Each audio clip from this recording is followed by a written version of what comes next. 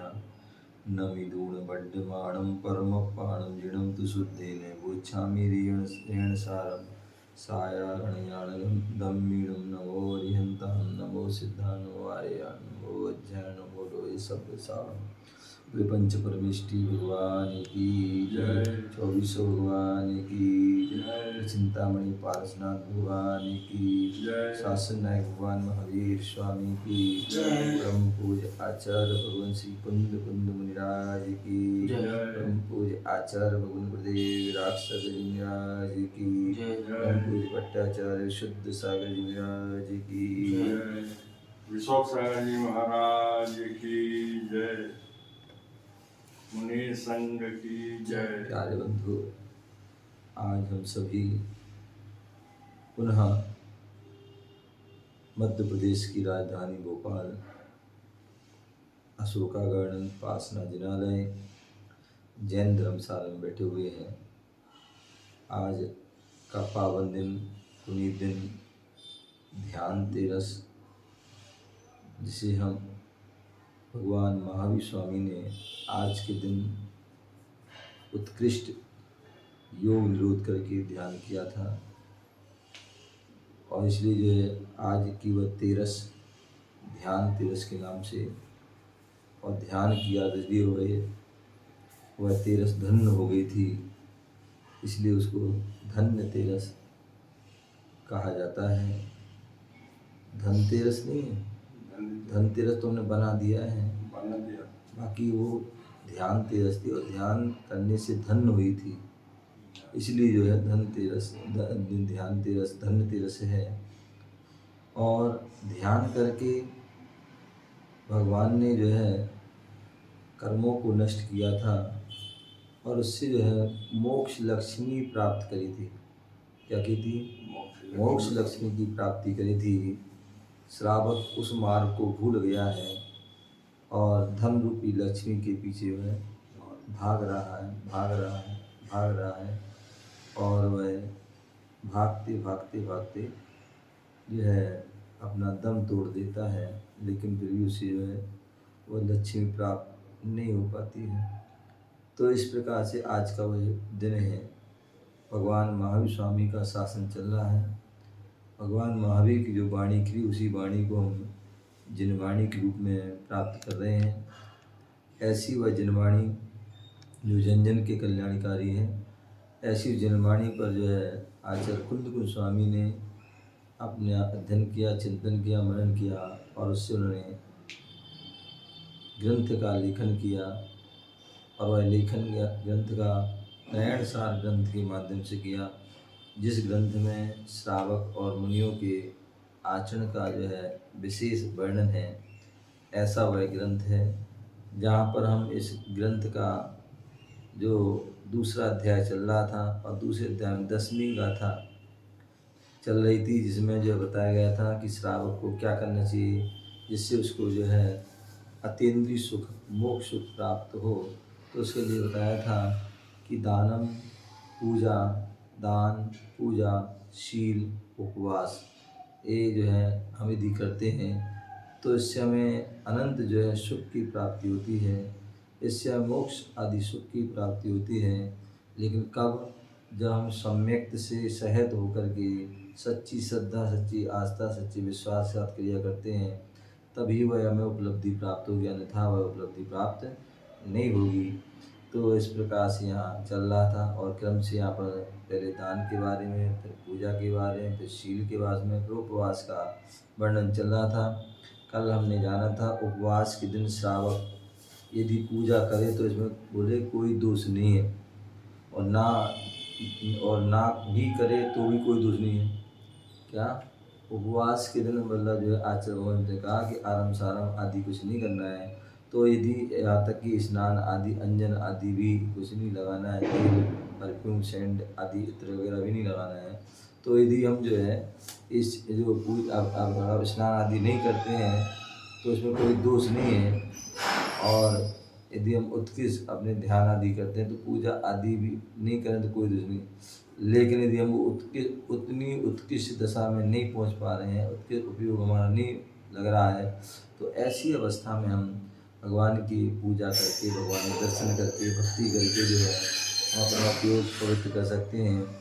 और इसके लिए हमें जो स्नान करने की आवश्यकता पड़ेगी, लेकिन वो स्नान जो है हम सादा सिंपल स्नान करें, कम से कम पानी का प्रयोग करें और उसमें किसी प्रकार साबुन, सोडा आदि, शैम्पू आदि का प्रयोग नहीं करें। तो इस प्रकार से जानना चाहिए। आगे यहाँ पर आचार्य भगवान गुरुदेव विराट साहब जी महामुनि राज बता रहे थे कि अनेक प्रकार का छपण, इस कथन से कर्म क्षय करने वाले व्रतों का संकेत यहाँ किया गया है। क्या बोल दिया? बोले यहाँ पर जो है उपवास कर रहे हैं, किस लिए कर रहे हैं?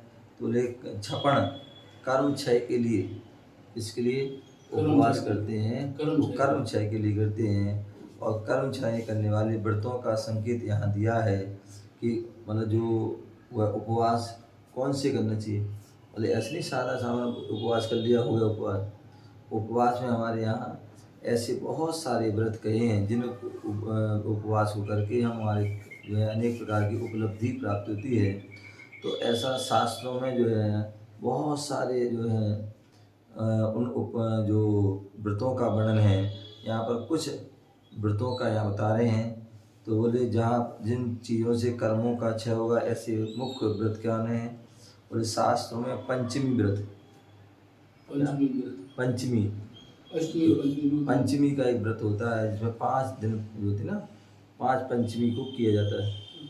क्या 10 लक्षण में जो है आती है पहली शुक्ल पक्ष की पंचमी, ठीक है ना। तो ऐसी वह पंचमी के लोग व्रत करते हैं और उस व्रत को जो है 5 पंचमी करना पड़ती हैं। मुक्तावली ये भी जो है व्रत हैं। और कर्म क्षय विधि व्रत, और जिन्हें हम जो है कर्म जो दहन विधान, कर्म दहन व्रत भी कह सकते हैं। और जिन गुण संपत्ति व्रत, कर्म दहन जो व्रत होता है इसमें जो लगभग 156 जो है व्रत करना पड़ते हैं, इसमें 148 कर्म प्रकृतियाँ और 8 जो है गुण हैं। तो ऐसे 156 जिन गुण संपत्ति के जो है 63 क्या होते हैं, जिन गुण संपत्ति के 63 व्रत होते हैं। और भी अनेक प्रकार के भक्तांबर, नमोकार, मंतत्वासु, सहस नाम आदि कल्याणकों के व्रत आदि, 40 शुद्धि के व्रत, 14 से 52 जो उनके गंधर्व आदि के जो हैं क्या होते हैं, जो व्रत होते हैं। तो इस प्रकार से उनको हमें विस्तृत निर्दिष्ट होता है, ऐसा जानना चाहिए। वसुनंदी श्रावकाचार ग्रंथ में 353 और 379 गाथा में, हरिवंश पुराण में जो है 34वें अध्याय में 52वें श्लोक में और 130 तथा व्रत विधान संग्रह, क्या हरिवंश पुराण में जो है 52 से लेके 130 श्लोक के माध्यम से वहाँ पूरा व्रत विधान का संग्रह का वर्णन दिया गया है। किसमें? हरिवंश पुराण में। उसी प्रकार वसुनंदी श्रावकाचार में 353 से 389 जो है उनके जो है गाथा श्लोक के माध्यम से वहाँ भी विधान किया है। आदि ग्रंथों में इन व्रतों का विस्तृत निर्देश प्राप्त होता है। विविध व्रतों के अनुष्ठान का क्या सुफल है? क्या बोले? जो अनेक प्रकार के जो व्रत हैं उनके जो करने का अनुष्ठान क्या फल होता है? तो हरिवंश पुराण में 34वें अध्याय में 130 श्लोक में इस प्रकार कहा गया है। क्या? एतेषु विधिया कार्या यथाशक्ति शरीरिभिः स्वर्गापवर्ग सौख्यस्य पारंपरेण हेतुवा। बोले इन व्रतों में लोगों को यथाशक्ति शास्त्रोक्त विधि करना चाहिए।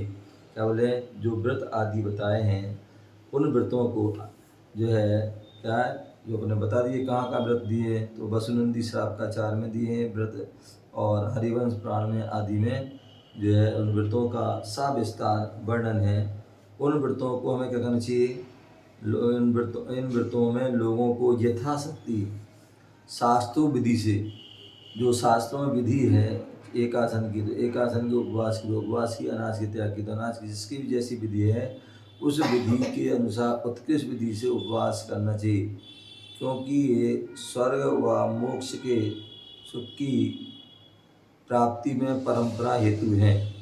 क्या बोले, जो व्रत क्या है, जो उन व्रतों को हम यथाशक्ति क्या करना चाहिए, यथाशक्ति हम जो है विधि के अनुसार करना चाहिए, जैसी उसमें विधि है तो उस विधि के अनुसार करना चाहिए, तो वह क्या होगा, उसे स्वर्ग व मोक्ष की प्राप्ति में परंपरा के से हेतु है। क्या, व्रतों को हम यदि पालन करते हैं अच्छी तरह से तो वह हमें क्या है, स्वर्ग और मोक्ष सुख की प्राप्ति में परंपरा से हेतु है, कारण है। और दूसरा बोल रहे हैं सम्यक्त्वा भावे दीर्घ संसारा, जो हम व्रत करने के लिए बोल रहे हैं तो बोले यदि सम्यक्त के अभाव में करोगे तो दीर्घ संसार है। क्या, दीर्घ संसार मतलब यदि हम सम्यक्त श्रद्धा आस्था विश्वास के बिना कोई भी काम कर रहे हो तो उससे क्या होगा, उससे कोई फायदा नहीं, वो सारा सब बेकार व्यर्थ है, तो उससे हमारा बेकार, हाँ सफल नहीं होगा, तो वो उससे दीर्घ संसार बढ़ेगा, बढ़ते ही जाएगा, उससे संसार घटने वाला नहीं है। और यदि हम श्रद्धा भक्ति से करते हैं तो उससे हमारा संसार कट जाएगा। महाराज से ये जो अपन मतलब 3 कम 9 करोड़ मुनिराजों की जय बोलते हैं, उसमें मतलब अब जो है मुनिराज ये भी आ गए, ये अलग है। 2.5 द्वीप में जितने भी जो है मुनिराज, 2.5 द्वीप में जो मुनिराज है उन सब का है लेखन किया है कि अधिक से अधिक इतने मुनिराज हो सकते हैं, इससे ज़्यादा नहीं, ठीक है ना। तो नहीं मुनिराज की बात चल रही है यहाँ पर, इसमें केवल मुनिराज, मतलब मुनिराज में केवल आचार्य उपाध्याय साधु ये लग क्षुल्लक आदि कोई उसमें, या आर्य का आदि मुनिराज में नहीं आते हैं, ठीक है ना। तो इसलिए यहाँ बोल रहे हैं सम्यक्त के अभाव में दीर्घ संसार है, ठीक है ना। यह कथन का तात्पर्य मिथ्यात दुरंत संसार भ्रमण का ही कारण है। क्या बोले हैं, जो मिथ्यात है वह मतलब दुरंत, मतलब जिसका कोई अंत ना हो, ऐसा जो विशेष जो है दुरंत संसार भ्रमण का यदि कोई कारण है तो वह है मिथ्यात। अमित गति श्रावकाचार ग्रंथ है, बोले जो है 36 प्रकार के जो है श्रावकाचार ग्रंथ हैं, 5 जो है 5 उनके जो संग्रह हैं, 5 भाग में किताब है, और उसमें जो है सारा जो है उमा स्वामी, बसुनंदी, रत्न गण श्रावकाचार, कुंद उमा स्वामी आदि, समंत्रभद्र स्वामी, पूज्यपाल स्वामी, जितने भी है उनके द्वारा जो है क्या है वह श्रावकाचार लिखे गए हैं। उनका श्रावकाचार का संग्रह सोलापुर आदि से छपा हुआ है। तो इस प्रकार से उसको, इसी प्रकार व्रतों का जो संग्रह जो बसुनंदी श्रावकाचार या व्रत विधान पुस्तक में या हरिवंश पुराण में दिया है, तो उसी का जो है माताजी ज्ञानमती माताजी ने भी अपने जो एक व्रत विधि विधान पुस्तक निकाली है, उसमें भी लगभग 108 व्रतों का उन्होंने सविस्तार वर्णन किया। व्रत की विधि, व्रत की जो है संख्या, व्रत का उद्यापन आदि, कथा आदि, उन सब का जो है वर्णन वहाँ पर दिया गया। तो यहाँ पर बोल रहे हैं अमित गति श्रावकाचार ग्रंथ में दूसरे अध्याय के 27वें श्लोक में क्या, दबिया कुरुते स्नानम मिथ्या दृष्टिरभिपसितम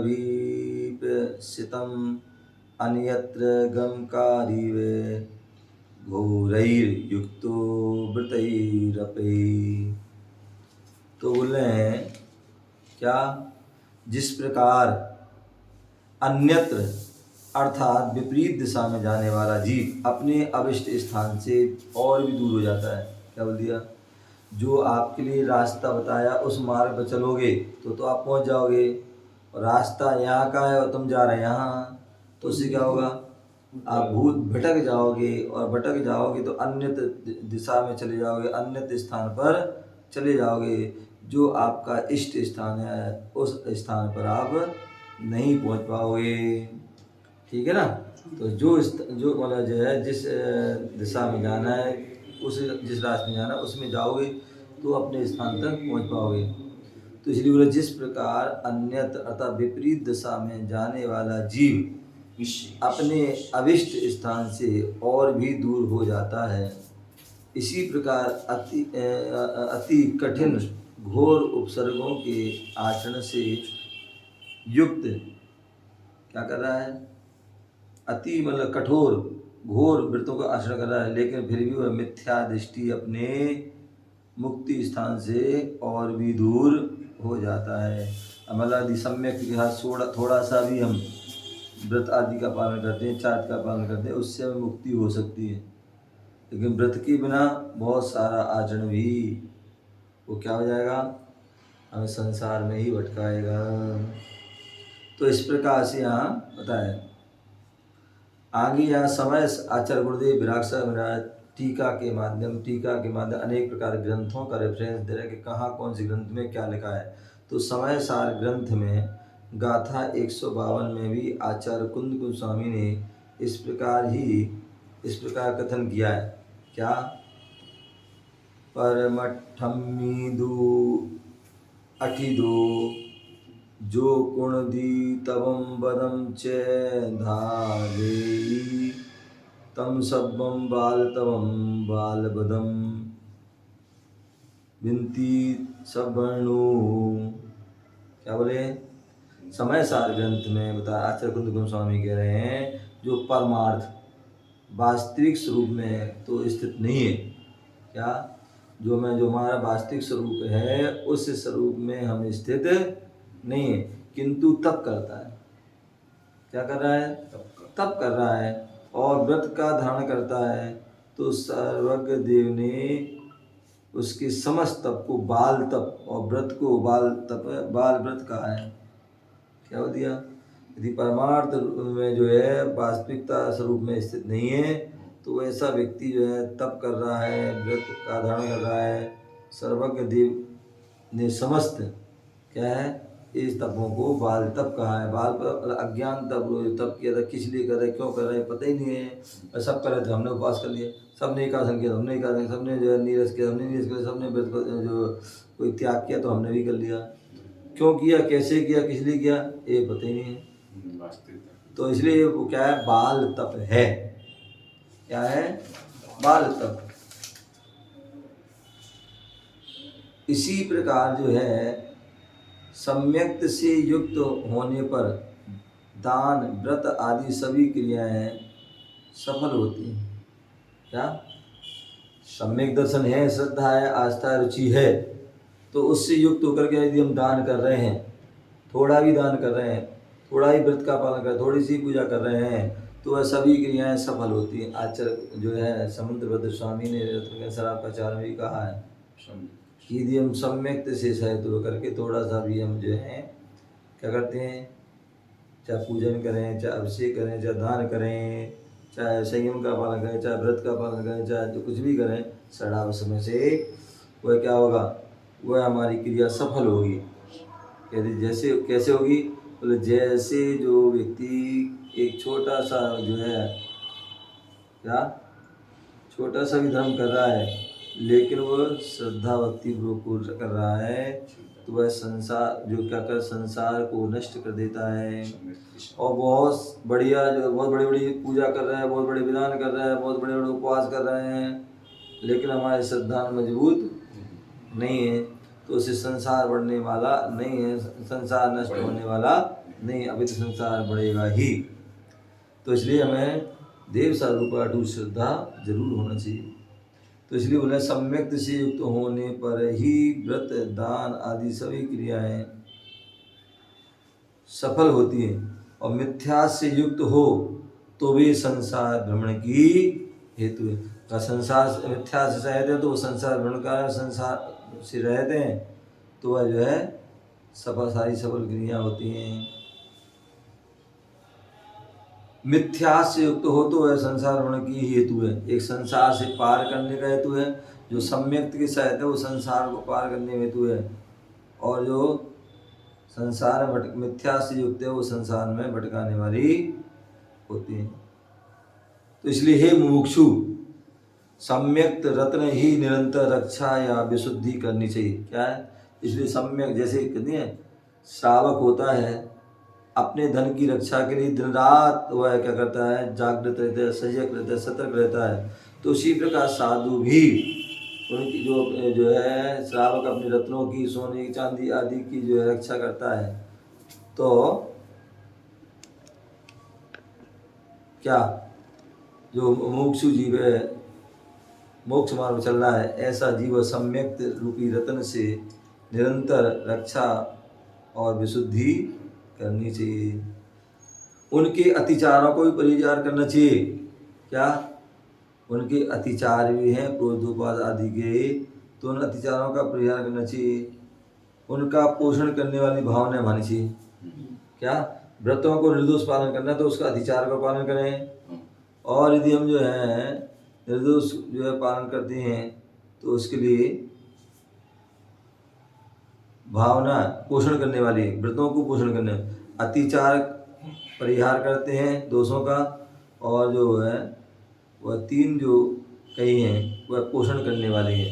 क्या करने वाली? व्रतों का पोषण करने वाली भावना होनी चाहिए।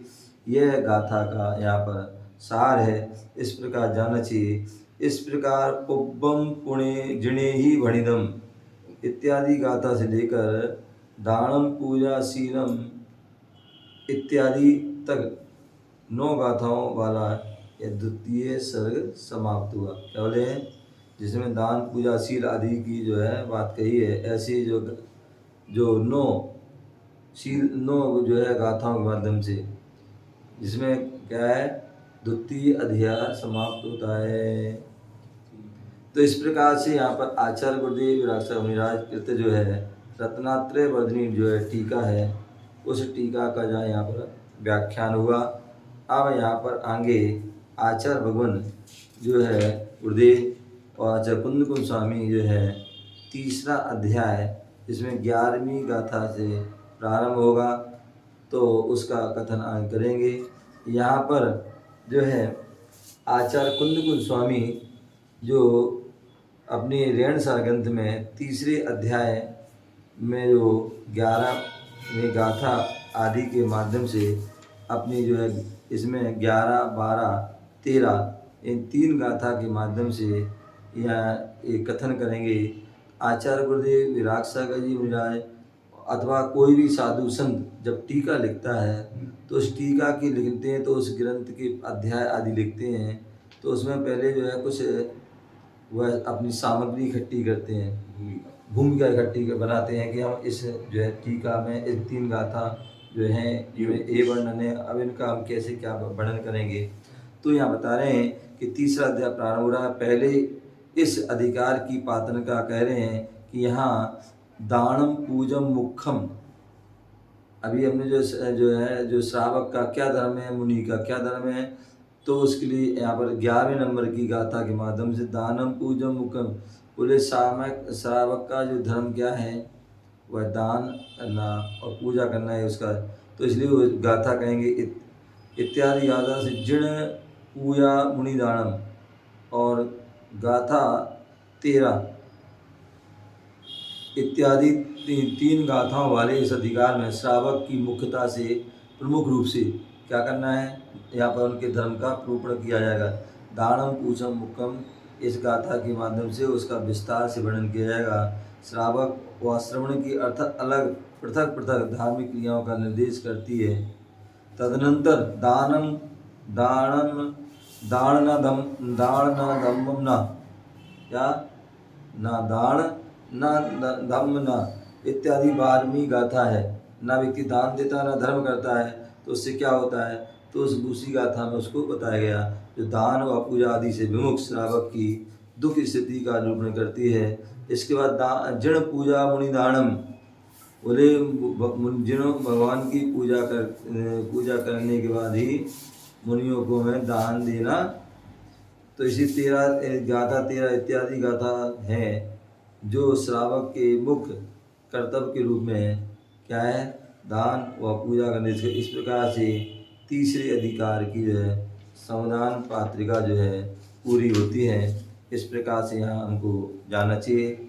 आज गए आचार्य गुरुदेव जो है 11वीं गाथा क्या है, क्या विशेषता है, तो उसके लिए यहाँ बोल रहे हैं। अब गृहिणी छंद के द्वारा यहाँ पर जो गाथा है उनमें अलग अलग जो छंद जो है दिए गए हैं। तो गृहिणी छंद के द्वारा आचार प्रवर श्रावक और श्रवण इन दोनों की प्रमुख धार्मिक क्रिया का पृथक पृथक निर्देश कर रहे।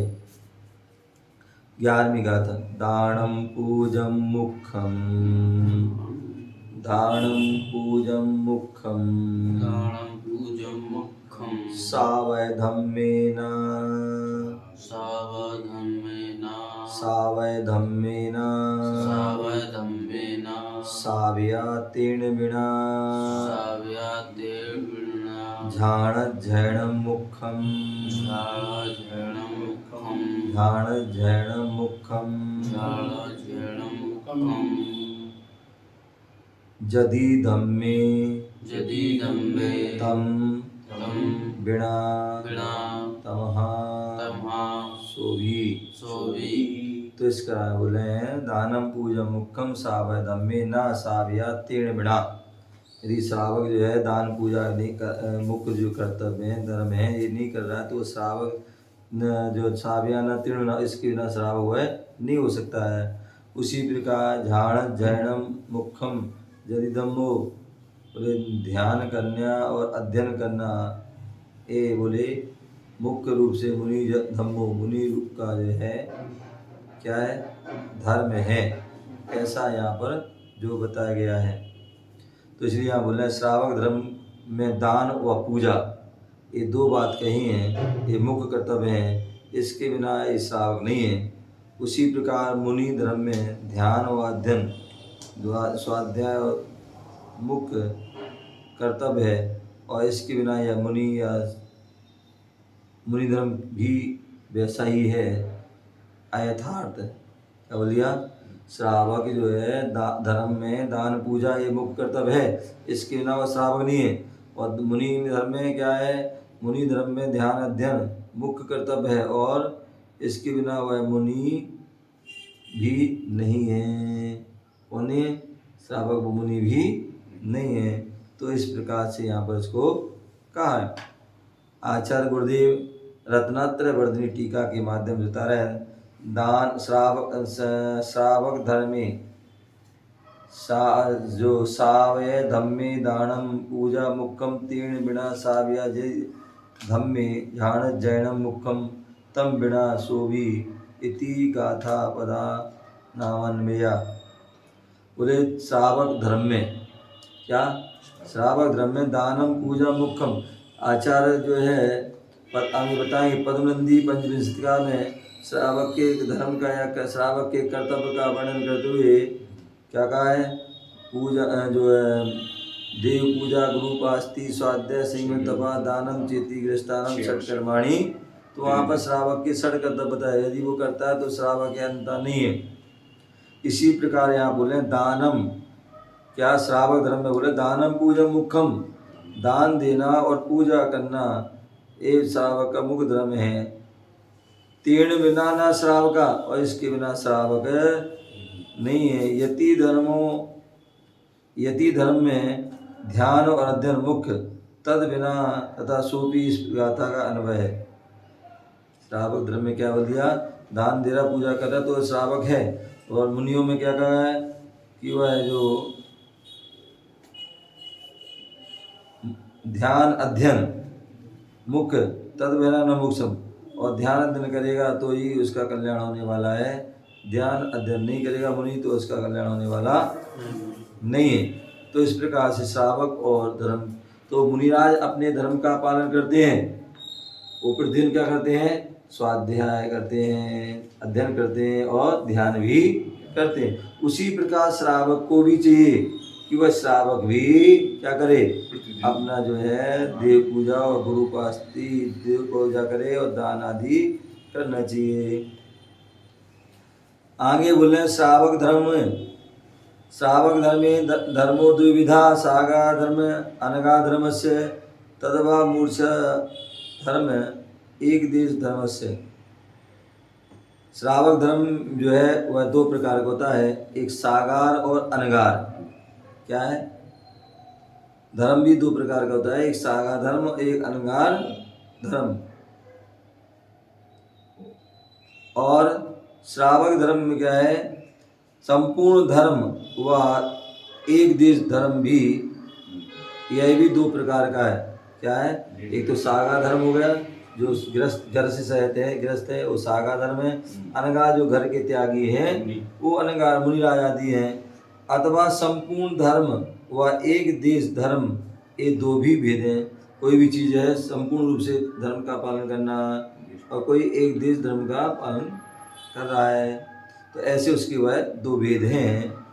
पद्मनंदी पंचविंशति ग्रंथ में पहले 1 से 7, 1 से जो है 4 दया धर्म। क्या? पद्मनंदी विंशति का आचार्य पद्म जो है, जो पद्मनंदी आचार्य कह रहे हैं, क्या? धर्मो जीव दया ग्रस्त समीनो नोर भेदा द्विविधा। जो दया धर्म बोलते हैं, दया धर्म का मूल है, पाप मूल अभिमान है, ऐसा बोलते हैं। दया धर्म का मूल है, जो दया है तो सब कुछ है, दया नहीं तो कुछ नहीं है। जैनागम में भी कहा है, दर्शन विशुद्ध धम्मो, जो है दर्शन को धारण कर लिए तो आपकी जो है विशुद्धि बढ़ेगी और उससे सारे कर्म कटेंगे। तो जीव दया धर्म है। क्या है? धर्मो जीव दया ग्रस्त समीनोर भेदा द्विधा। क्या बोल दिया? सागार धर्म जो है और अनगार धर्म ये श्रावकों की हैं, और उसमें ही संपूर्ण धर्म और एक देश, जो संपूर्ण धर्म से पालन करते हैं और एक देश थोड़े से रूप में, अणु रूप में धारण करते हैं। जीव दया धर्म है। क्या है? आप बहुत सारा धर्म कर रहे हो, उससे कोई फायदा नहीं है। आप जीव दया कितनी कर रहे हो? जीव दया कर रहे हो तो जीव दया साथ ही अन्य धर्म जो है फायदेमंद है। जीव दया नहीं कर रहे हो तो उससे कोई लाभ नहीं है। तो जीव दया धर्म है, और वह ग्रस्त व अनगार के भेद से दो प्रकार का। गृहस्थ भी उसको दया धर्म का पालन करता है और मुनिराज भी उसका दया धर्म का पालन करते हैं। ऐसा वह दया धर्म जो अंतिम जो है क्षणों तक इस दया धर्म का हमें पालन करते रहना चाहिए। इस प्रकार से यहाँ पर इसको जो है कहा गया है। आगे जो संपूर्ण धर्म और देश धर्म और क्या है? संपूर्ण धर्म। तो देश धर्म जो है श्रावकों का है और मुनि धर्म जो है संपूर्ण धर्म है। तो इस प्रकार से वह दो प्रकार का धर्म होता है, उसके बारे में आगे और भी विस्तार से हम सभी जानेंगे। हम सभी जो है ऐसी वह पावन पीयूष वाणी जिनमें जिनेंद्र भगवान महावीर स्वामी जो अंतिम वर्धनाम नायक हैं, उन्होंने अपनी जिनवाणी सब कहा है, अपने वचनों में कहा है। हम उसको बड़े ध्यान सुने, पढ़ें और अपने जीवन में अंगीकार हैं, तभी हमारा जीवन सार्थक और सफल होगा। इसी भावना जय बोलो महावीर।